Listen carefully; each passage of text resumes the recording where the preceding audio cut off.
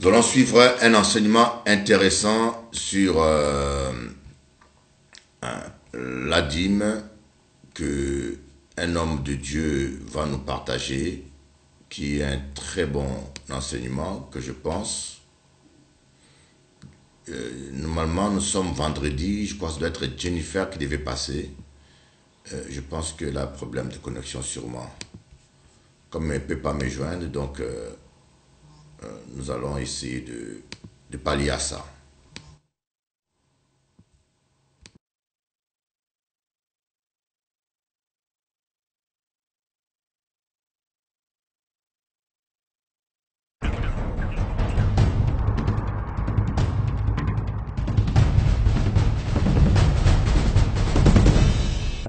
Paul s'est réservé de tout amalgame en disant « Je ne fais pas de ceci un ordre ».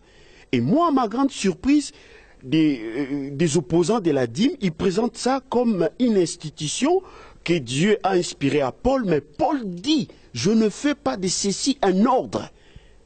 Vous voyez comment, des fois, les gens isolent de bouts de versets pour en faire tout ce qu'ils veulent en faire, sans pour autant, des fois, prier et puis avoir l'humilité de méditer la parole pour savoir si vraiment ils sont dans la bonne voie. L'apôtre Paul ne précise pas 10%, il précise selon l'usage de son cœur. N'est-ce pas? On doit comprendre le droit des sacrificateurs, que la Bible dit, c'est une loi perpétuelle, c'est le 10%. Vouloir ou pas, c'est noir sur blanc. L'apôtre Paul ne précise pas 10%, il précise selon l'usage de son cœur. N'est-ce pas? Et ça n'a rien à voir avec une instruction ou une loi. La loi est venue après cette révélation. Donc Dieu dit à Moïse, toute la dîme de la terre m'appartient. Bonjour à tous, bienvenue sur godvision.fr. Aujourd'hui, nous recevons un serviteur de Dieu, un oint de Dieu, le prophète Isaac Okota, qui va nous parler de la dîme, comme on ne l'a jamais entendu. En effet, nous avons été émerveillés de savoir que les Écritures peuvent parler d'elles-mêmes à travers d'un instrument inconnu. Bonjour, prophète Isaac Okota. Bonjour, ma chère Nadine, bonjour à Godvision et bonjour tout le monde. Alors, prophète, avant que nous puissions entrer dans le vif du sujet, nous aimerions voulu savoir, connaître un peu votre biographie, entrer dans votre biographie pour que nos internautes qui nous regardent puissent savoir un peu votre parcours. À 14 ans, vous êtes chantre dans l'église catholique du groupe Renouveau Charismatique. À 17 ans, vous allez jouer de la guitare dans une église luthérienne à Kinshasa. En 1992, vous faites le parcours de Jonas. Donc vous quittez l'église, vous allez dans le monde. Exactement. On vous verra chez Bozi, chez Kofi, chez Papa Wemba et les autres artistes. En 1999, pendant 3 jours de prédication, de là, un frère branhamiste vous parle de l'évangile. Et de là, Jésus-Christ se manifeste en vous. Malgré cela, vous décidez quand même de retourner dans le monde. En 2002, après avoir réalisé votre propre album mondain, avec des grands musiciens que vous connaissez, vous êtes parti voir un marabout pour faire des sacrifices humains, afin de pouvoir avoir du succès dans votre album mondain. Donc, ndenge nazoloba, auti penza, côté oyo, mondaine, côté oyo ya bato penda ba yebi penda makamon ndenge marchaka, ndenge salaka, pour bazwa succès. Donc, sacrifice ya humain. Akendaki komona, a se fixer rendez-vous na marabout, pour bakutana. Il fallait donc vous fixer rendez-vous pour le lundi. Et dimanche, dans l'église où vous jouez de la guitare, le prédicateur de ce jour vous révèle que vous êtes un appelé de Dieu. Vous êtes appelé pour pouvoir travailler pour le Seigneur. De là, vous avez décidé de tout abandonner. En 2005, vous êtes consacré prophète des nations. Je tiens à préciser à nos internautes que le prophète Isaac Okota n'est pas devenu du jour au lendemain prophète. Il est passé en formation parmi différents serviteurs de Dieu qualifiés, tels que le pasteur Claude Payan, le pasteur David Goma, et il est aussi un élève de l'école de Nogent. Prophète Isaac Okota, avant que nous puissions rentrer dans le vif du sujet, nous aimerions pouvoir connaître nos internautes et nous-mêmes quels sont les personnages bibliques qui ont parlé de la dîme. Oui, dans la Bible, il y a Dieu lui-même qui parle de la dîme. Il y a Moïse qui est le porte-parole de Dieu, qui paraphrase ce que Dieu a dit. Il y a le prophète Malachie qui parle de la dîme. Il y a Jésus-Christ qui parle de la dîme dans le livre de Matthieu. Et il y a Paul qui parle de la dîme dans le livre de 1 Corinthiens 9. Voilà, donc c'est ce que nous avons recueilli comme matériaux en vue de poser le fondement sur la réflexion de ces sujets, la dîme comme vous l'avez jamais entendu. Il faut quand même que nos internautes puissent être éclairés sur certains points. Que Dieu lui-même dit sur la dîme? Est-ce l'œuvre de la loi, ou de l'ancienne alliance, ou de la nouvelle alliance? Oui, gloire à Dieu. Ma chère Nadine, j'aimerais répondre tout d'abord, laisser la parole, interpréter la parole, comme je l'ai dit souvent. Dans le livre de Lévitique 27, verset 30, il est écrit « Toute la dîme de la terre, soit des récoltes de la terre, soit du fruit de l'arbre appartient à l'Éternel. » C'est une chose consacrée à l'Éternel, point. Je voudrais que tout le monde sache que la dîme appartient à l'Éternel. Ce n'est ni l'œuvre de la loi, ni l'œuvre de la nouvelle alliance. La loi intervient dans l'usage de la dîme. C'est là où la loi intervient. C'est par exemple, Dieu est saint. Il a révélé ça dans la loi. Cela ne veut pas dire parce que nous sommes dans la nouvelle alliance que Dieu n'est plus saint. Je peux encore illustrer, c'est comme aujourd'hui j'ai une maison, j'ai ma chambre. J'ai dit à mes enfants, ça c'est ma chambre.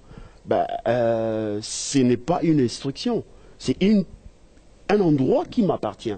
Donc Dieu dit tout simplement la dîme lui appartient. Maintenant, c'est l'instruction, la loi vient rentrer dans l'usage. Donc on doit comprendre que la dîme, c'est une partie qui est consacrée, sacrée pour Dieu, à l'Éternel. Ce n'est ni les choses de l'Ancien Testament, ce n'est ni les choses du Nouveau Testament. C'est vraiment une part que Dieu déclare, ça lui appartient. Et ça doit être consacré pour lui seul. Prophète Isaac, si la dîme appartient à Dieu, Dieu est esprit, n'est-ce pas? Comment doit-on utiliser la dîme pour que Dieu soit honoré et qu'il dise en son cœur que sa part a bien été respectée?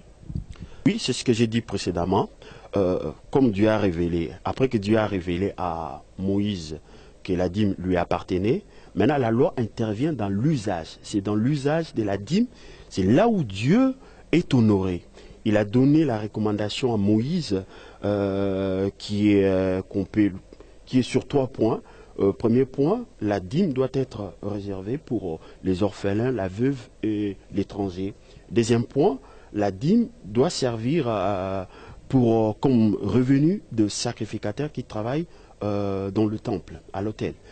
Et troisième point, la dîme devait servir aux enfants d'Israël aussi de se retrouver ensemble. Ce que nous appelons aujourd'hui la communion fraternelle. Donc les enfants d'Israël, avec leur dîme, ils avaient une part des jouissances dans la communauté de Dieu, dans le temple. C'est marqué dans la Bible, là où réside les noms de Dieu. Donc, vous voyez, c'est ça que Dieu a recommandé pour la dîme. Donc, je répète, premièrement, pour l'orphelin, la veuve et l'étranger. Deuxièmement, pour le serviteur qui travaille dans l'hôtel, à l'hôtel. Et troisièmement, pour les enfants d'Israël, c'est-à-dire la personne qui donne sa propre dîme devait prendre part à cette jouissance du récolte en bénissant l'Éternel qui lui a donné la force de travailler et de récolter tout ce qu'il a pu accueillir. Voilà, vous venez d'entendre exactement à quoi doit servir la dîme. Moi, j'aimerais qu'on revienne sur Abraham. Donc, si j'ai bien compris, si Abraham a payé la dîme, a payé sa dîme, donc nous devons faire la même chose qu'Abraham a fait de payer sa dîme. Je pense que lorsque nous lisons la Bible, nous devons comprendre Dieu, dans la Bible, il a choisi une telle personne, qu'il a mandaté, qu'il a instruit. Dieu dit lui-même, j'ai appelé Abraham, je l'ai établi pour qu'il enseigne ma voix dans toute sa maison et sa descendance. Donc, Abraham, il est celui-là que Dieu a appelé, il est celui-là que Dieu a donné l'inspiration de vivre, de laisser des empreintes que nous nous suivons jusqu'aujourd'hui. Par exemple, il n'y a pas une doctrine précise dans la Bible qui parle du mariage, mais nous calquons le mariage par rapport à la vie d'Abraham et de son fils Isaac. Nous devons comprendre Dieu dans le livre d'Ésaïe, il dira « Ayez le regard fixé vers Abraham, car c'est lui celle que j'ai appelé et multiplié. » Donc, quand Dieu dit et les regards vers Abraham, ça veut dire quoi? Ça veut dire que nous devons suivre les instructions, comment Abraham a marché. Et Jésus-Christ dira encore, si vous étiez le fils d'Abraham, vous feriez les œuvres d'Abraham. Donc c'est très important de comprendre que les gens qui disent Abraham a payé la dîme une fois, il n'en a pas fait une doctrine, ils ont tort. Ils ont tort parce que Dieu a dit, j'ai appelé Abraham pour qu'il enseigne la doctrine, ma doctrine, dans sa maison. Et Dieu... C'est dans les livres aussi, nous pouvons les lire dans les livres d'Ésaïe 51, il répète encore. Ce n'est pas un verset isolé où je prends comme ça pour établir une doctrine aujourd'hui. Non, Dieu le dit à 2 reprises. Il est dit aux enfants d'Israël et il les dira encore lui-même. Il dit, j'ai appelé Abraham pour qu'il enseigne dans sa maison ma voix. Et Jésus dira, ou soit vous êtes le fils d'Abraham, ou soit vous êtes le fils du diable. Donc, celui qui imite Abraham, il est vraiment fils de Dieu. Même nous, païens, nous qui ne sommes pas les circoncis du 8e jour, la Bible déclare que la bénédiction de la croix, ça s'appelle la bénédiction d'Abraham. C'est-à-dire, nous rentrons dans les choses de Dieu de par Abraham. Même les séjours de mort, on appelle le sein d'Abraham. Donc, nous devons avoir un peu du sérieux, un peu d'humilité avant de nier qu'Abraham, c'est un modèle pour la foi des chrétiens. Et Abraham, c'est la personne que Dieu a appelée pour enseigner la doctrine chrétienne. Prophète Isaac, c'est rare ce que vous venez de nous dire, que Paul a parlé de la dîme. Est-ce que vous pouvez, pour nos internautes, nous éclaircifier un peu? Dans le livre de 1 Corinthiens 9, c'est tout le chapitre, mais je vais prendre le verset 13. Il est écrit, ne savez-vous pas que ceux qui remplissent les fonctions sacrées sont nourris par le temple, que ceux qui servent à l'autel, on part à l'autel. Donc, dans ces textes, Paul faisait allusion aux recommandations, à l'utilisation de la dîme que Dieu avait ordonnée à Moïse. Parce qu'à l'époque où Paul écrit ces lettres-là, il n'y avait pas le Nouveau Testament. Ils avaient pour support la loi, le prophète et les cantiques. Donc, quand il dit, ne savez-vous pas que le Seigneur a ordonné, Dieu a ordonné où? C'est dans le livre de Lévitique. C'est là où Dieu a ordonné, il a dit que ça sera une loi perpétuelle. Pour ces sacrificataires, leur revenu sera la dîme. Donc on voit que un peu en haut, Paul a dit que nous ne voulons pas faire obstacle à l'évangile. C'est pour cela, nous n'exigeons pas cela. Mais cela n'enlève en rien que c'est consacré à l'Éternel, c'est le droit qui va revenir au sacrificateur. C'est clair. Donc, donc prophète a biso que pasteur na biso o tozana ba on a utonga bazana droit ya ko recevoir dîme en partie. Hein? Maintenant, moi, j'aimerais vous poser une question. Quelle est votre position exacte sur la dîme? Moi, ma position sur la dîme, premièrement, la dîme, c'est une chose sainte, consacrée à Dieu. Deuxièmement, la dîme, comme Dieu l'a dit, c'est une loi perpétuelle pour ceux qui servent à l'autel, pour ceux qui travaillent, pour le serviteur de Dieu. Et troisièmement, je me comporte comme l'apôtre Paul. Je ne demanderai pas la dîme à outrance pour ne pas faire l'obstacle à l'évangile.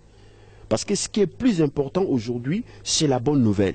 Donc nous ne devons pas là tout de suite aller un bébé spirituel ou une personne qui n'est pas assidue dans des écritures aller demander la dîme ou soit présenter la dîme comme étant quelque chose qui va voilà, qui va permettre à une personne de grandir. La dîme, c'est pour les gens qui sont matures, qui ont compris les Écritures. C'est ça. Prophète Isaac, nous avons fait des recherches sur un quiproquo que vous avez eu jadis, un homme de Dieu qui est connu dans Paris pour son opposition de la dîme. Vous avez même eu des menaces par téléphone auprès de ses amis, on dira. Et nous aimons savoir pourquoi ces menaces, juste pour la dîme? En fait, je suis pasteur d'une église et j'ai pour vocation d'enseigner la parole de Dieu. Et à ma grande surprise, un jour, comme ça, devant mon église, j'ai vu des DVD distribués aux fidèles. Et moi-même, j'ai réussi. Je suis allé à la maison, j'ai regardé les DVD. J'ai vu une personne qui est en train de dire que la dîme, c'est la loi, que ceux qui payent la dîme sont sous la malédiction, les gens n'avancent pas parce qu'ils payent leur dîme, il y a 4 sortes de dîmes. C'était tout un tas de choses qui ne correspondaient pas avec les Écritures. Alors, je l'ai appelé, j'ai demandé à ses amis si ils pouvaient accepter qu'on puisse débattre humblement pour essayer d'éclairer les enfants de Dieu, parce que c'est notre devoir. Bon, il n'a pas voulu, mais quand je fais les affiches pour une réunion, j'avais écrit que monsieur Untel, il est dans l'égarement parce que la dîme, ce n'est pas les œuvres de la loi, et le fait aussi d'observer la loi et de pratiquer la loi ne rend en malédiction personne. Par contre, le fait de se justifier en accomplissant les œuvres de la loi, c'est là où on est sous la malédiction. Si aujourd'hui, je célèbre la Pâque, ce n'est pas une malédiction. Le Seigneur a dit que ce sera une loi perpétuelle, par exemple. Donc maintenant, le fait de me réclamer que je suis justifié parce que j'accomplis les œuvres de la loi, c'est là où je suis sous la malédiction. C'est exactement ça. Mais le fait que j'avais écrit sur les affiches, je vis, ça a fait son effet. Le Messie en question, l'homme de Dieu que j'ai beaucoup de respect, ne distribue plus de DVD. Et puis, voilà, il a arrêté carrément. Nous aussi, effectivement, nous avons eu à la sortie de l'église où nous sommes, nous avons eu aussi à la sortie de l'église où nous sommes des DVD qui ont été distribués, des DVD qui ont été distribués gratuitement. Mais maintenant, vous dites que lui, effectivement, il a dit que c'était une malédiction pour tous ceux qui donnaient la dîme. Mais maintenant, le reste, ce qu'il a dit, le reste dans son DVD, ce reste-là, il faut aussi? C'est une bonne question. Et dans le DVD, j'ai bien suivi, il parlait que dans la Bible, il y a 4 sortes de dîmes. J'aimerais humblement expliquer aux enfants de Dieu, il ne faut pas isoler de versets dans le faire sortir de leur contexte. Je parlerai premièrement des livres, pour voir là où tout est faux. Il a commencé par dire, il y a 4 sortes de dîmes. Et en 4 sortes. Il n'a pas raison de dire qu'il y a 4 sortes de dîmes?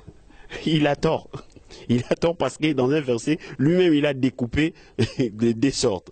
Donc, je dirais, pour comprendre que si la personne est en train de présenter la parole avec honnêteté, avec respect, il doit respecter le contexte. Alors, qu'est-ce que je veux dire par là? Dans les livres des Genèse, que nous appelons communément, même le païen appelle les livres des origines, c'est là où il y a toutes les doctrines, c'est là où tout a commencé, c'est là où Dieu parle de tout le sujet que nous pouvons développer, c'est dans les livres des Genèse. Le mariage, la rédemption, toutes les alliances, c'est dans les livres des Genèse. Maintenant, dans le livre des Exodes, là on voit le Dieu, l'Éternel, s'est choisi un peuple. Il dit à Pharaon, laisse aller mon peuple. Et là, Dieu s'est formé un peuple. Dieu a choisi un peuple. Il a délivré ce peuple-là. Maintenant, dans le livre de Lévitique, nous voyons que l'Éternel est en train d'instruire ces peuples-là, comment ces peuples-là pouvaient s'approcher de lui. Et Dieu est en train d'établir des serviteurs qui vont servir au temple. Et Dieu est en train il a parlé de tout, il est en train de réformer ce peuple qui n'avait pas de direction. Il a parlé des sacrificateurs et de leurs droits. Parmi le droit, il a dit d'autres choses. Dieu a dit que cela sera de génération en génération. Cela veut dire que ça ne va pas s'arrêter. aidez-moi, c'est pas ma langue maternelle, la langue française, mais lorsque Dieu a dit ce sera une loi perpétuelle, que ceux qui servent sur l'autel vont se nourrir des offrandes qu'on donnera, à l'occurrence la dîme. Donc, on voit dans le livre de Lévitique, là, Dieu donne la loi, la direction. Maintenant, dans le livre des Nombres, le Seigneur a donné la loi à un peuple, et maintenant, il attend de ces peuples-là la réaction, c'est-à-dire le retour de la loi. Et dans le livre, c'est pour cela, vous pouvez, en lisant le livre de Nombres, on voit Dieu est en train a commencé à frapper, a commencé à punir le peuple. Parce que le peuple, ils avaient la direction, ils avaient de choses que Dieu avait recommandées. Donc c'était clair. Ils étaient maintenant un peuple instruit, ils pouvaient quand même rendre gloire à Dieu. Dans le livre des Deutéronomes, c'est un livre, c'est le prophète Moïse est en train de rappeler la loi. Maintenant, dès là, allez prendre le verset dans le livre des Deutéronomes pour en faire une doctrine. Et dans le livre de Lévitique, où Dieu est en train de révéler l'importance de la dîme, à quoi sert la dîme, mais si on ne commence pas au commencement, je pense qu'on a raté quelque chose d'importance. Donc on dit que la dîme, il y a 4 sortes de dîmes. Non, la dîme appartient à l'Éternel. Un point, c'est tout. Il n'y a qu'une seule dîme, 1/10, c'est tout. Maintenant, il y a l'usage, comme je viens de le présenter. Dans l'usage, c'est là où il y a l'usage que Dieu a réservé, à savoir la dîme pour la veuve, l'orphelin et l'étranger, la dîme pour le serviteur qui travaille à l'hôtel, la dîme pour celui qui paye sa dîme dans la communion fraternelle. C'est ce que nous voyons dans nos églises aujourd'hui. Il y a des agapés, nous payons la salle, c'est l'argent que certaines personnes qui payent la dîme. C'est ça, c'est simple. Peut-être que tout cela, finalement, quand il a parlé de 4 dîmes, hein, tel que vous venez de le citer, grosso modo, quand on réunit tout cela, ça fait qu'une seule dîme. Ben oui. Mais toute la dîme, cela veut dire quoi? Toute la dîme, ça appartient à l'Éternel. Ça dit tout le 1/10, dans n'importe quel domaine, dans n'importe quel revenu, appartient à l'Éternel. Maintenant, l'usage, c'est ce que nous venons de présenter. L'usage perpétuel qui ne va pas s'arrêter, c'est que Paul a dit dans la Nouvelle Alliance que Dieu, le Seigneur a ordonné à ceux qui travaillent à l'autel, ceux qui prêchent la parole, vivent de la parole. Mais quand Paul est en train de dire que c'est notre droit, le droit c'est quoi? C'est ce qui va revenir légalement à un serviteur, à un prédicateur. Qui a ordonné? Quel Seigneur il a ordonné? Où est-ce qu'il a ordonné? Nous savons tous que Paul il était versé dans les Écritures. Donc quand il a dit que le Seigneur a ordonné, donc Paul a bien compris que c'est une loi perpétuelle. Mais Paul n'a pas voulu faire l'obstacle à l'évangile. C'est exactement ça. Prophète Isaac, l'apôtre Paul a dit dans 2 Corinthiens 9, 7 à 8, que chacun donne comme il l'a résolu, selon son cœur, sans tristesse, sans contrainte, car Dieu aime celui qui donne avec joie. Vous en pensez quoi? Je bénis Dieu pour le même verset. Et dans le même chapitre, Paul s'est réservé de tout amalgame en disant « Je ne fais pas de ceci un ordre ». Et moi, à ma grande surprise, des opposants de la dîme, ils présentent ça comme une institution que Dieu a inspirée à Paul. Mais Paul dit « Je ne fais pas de ceci un ordre ». Vous voyez comment, des fois, les gens isolent de bouts de versets pour en faire tout ce qu'ils veulent en faire, sans pour autant, des fois, prier et puis avoir l'humilité de méditer la parole pour savoir si vraiment ils sont dans la bonne voie. L'apôtre Paul a dit cela, il faisait appel à la bonne volonté, à la charité. Il faisait appel à cela. Et cela ne doit pas annuler ce que Dieu a dit, que c'est consacré, c'est sacré pour moi. Ça doit être respecté.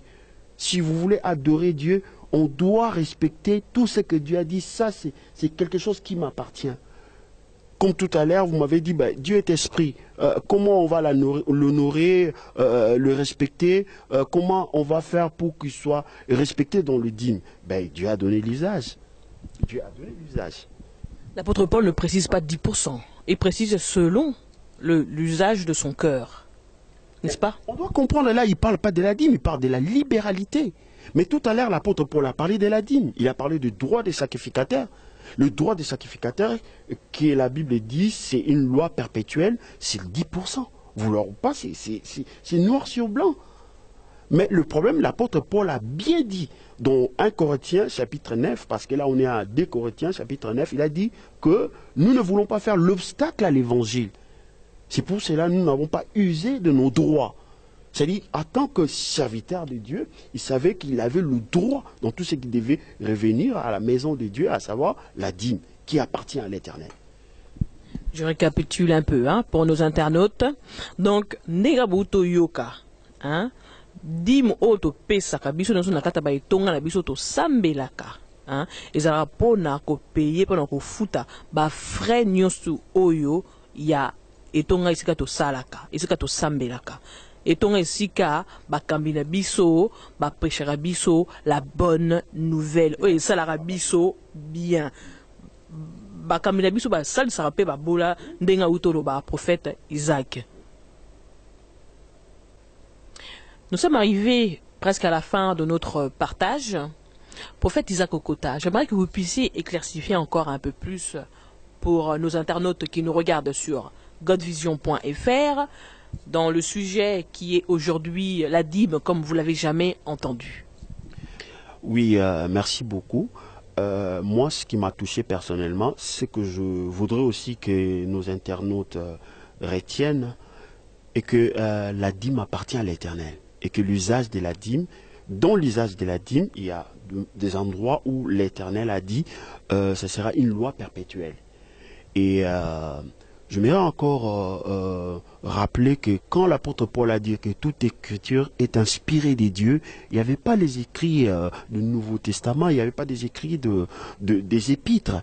C'est-à-dire, il parlait de la loi, il parlait de la Torah. C'était des écritures inspirées par Dieu, utiles à enseigner. Donc, je sais que dans le principe de Dieu, la chair nous fait défaut pour adorer complètement Dieu. Cela ne doit pas être une raison pour changer une recommandation de Dieu parce que peut-être on croise des difficultés pour payer sa dîme. C'est vrai qu'il y a la grâce, on est dans la loi, mais c'est pas parce qu'on a des difficultés pour payer la dîme qu'on doit dire ah non, j'ai la corde au cou, je payerai pas ma dîme, c'est l'ancien temps. Non, on respecte la chose et on prie Dieu de nous donner la force d'accomplir sa propre parole. Dieu a dit à Josué que ces livres de la loi ne s'éloignent point de ta bouche. Médite-les pour agir fidèlement selon ce qui est écrit. Donc, en méditant la parole, le Saint-Esprit nous donne la force et la capacité de le mettre en pratique. Mais lorsqu'on ne médite pas la parole, on cherche des débats pour essayer d'ôter ce qui ne nous correspond pas, je pense que ce n'est pas la bonne manière de servir Dieu. Nous devons le servir humblement en lui demandant de l'aide, de nous aider à aller de l'avant et à accomplir sa parole pour sa gloire et pour notre bien-être. Que le Seigneur vous bénisse abondamment. Merci, prophète Isaac.